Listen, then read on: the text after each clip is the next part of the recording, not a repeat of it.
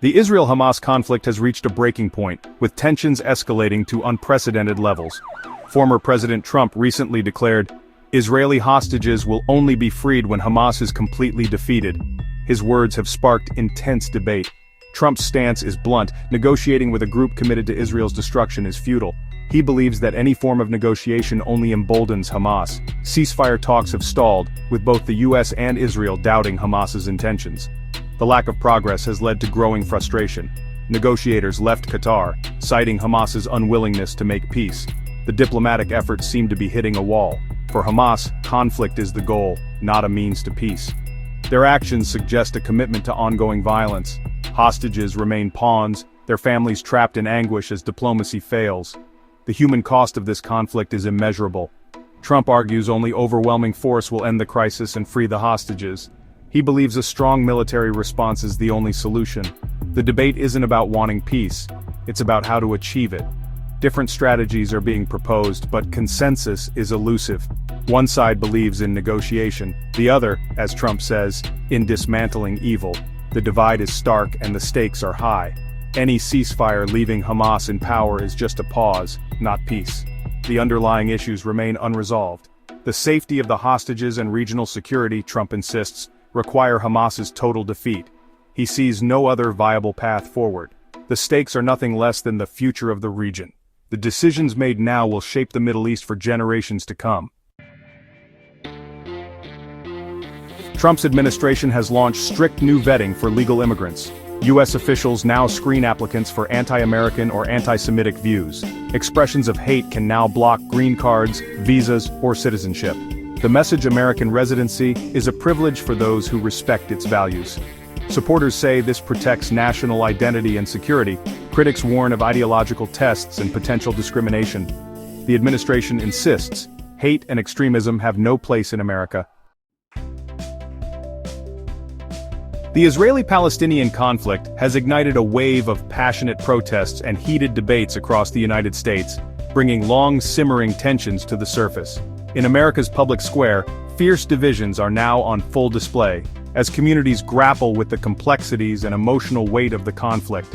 At a Missouri town hall, Reverend Wesley Bell faced a crowd of angry pro-Palestinian activists, who shouted him down after he referred to the October 7th attack as an invasion, highlighting just how charged the language around this issue has become.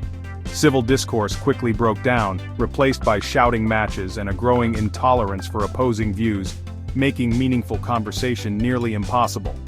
In New York, massive protests filled the streets, with demonstrators calling for a global intifada and demanding an end to U.S. aid to Israel, echoing similar rallies in other major cities.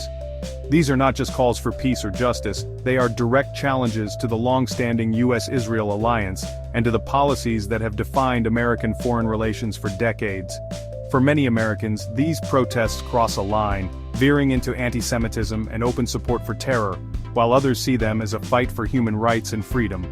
The nation is deeply split, with each confrontation and every protest further deepening the divide between communities, friends, and even families. America's unity is being tested not just on the streets, but in its politics, its universities, and its neighborhoods, forcing the country to confront difficult questions about identity, values, and the meaning of solidarity. Public figures are amplifying the conflict's impact. Israeli actress Gal Gadot linked the poor performance of Snow White to the trauma of the October 7th attack, showing how tragedy overshadows culture. For many Israelis, daily life and entertainment are colored by grief and anxiety. On the political front, Leo Terrell, a senior Trump official, has become a vocal supporter of Israel, framing the issue as a moral and civil rights imperative. Terrell's advocacy reflects a conservative view, supporting Israel is non-negotiable. These voices, one personal, one political, show how the conflict shapes both culture and policy. The debate is everywhere, from Hollywood to Washington. The controversies over Trump's policies, the waves of protests, and the outspoken opinions of celebrities reveal a nation at a crossroads, grappling with its identity and future direction.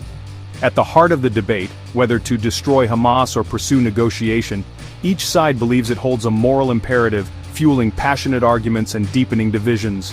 New immigration rules force Americans to confront difficult questions. Who truly belongs in this country, and what values should define the American experience in a changing world?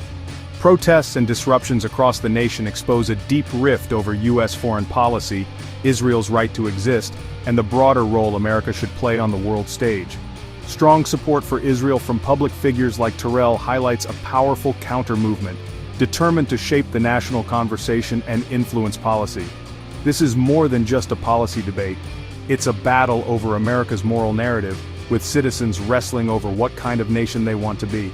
The fight against antisemitism is a human rights issue, not just a Jewish one, reminding us that the struggle for justice and equality affects everyone. How America chooses to respond to terrorism and threats will set a global precedent, influencing not only national security but also international norms. The choices made now, in policy, protest, and public opinion, will echo for generations, shaping the lives of children and grandchildren yet to come. The world is watching America's every move, and the stakes in this global conflict could not be higher for the future of democracy and human rights.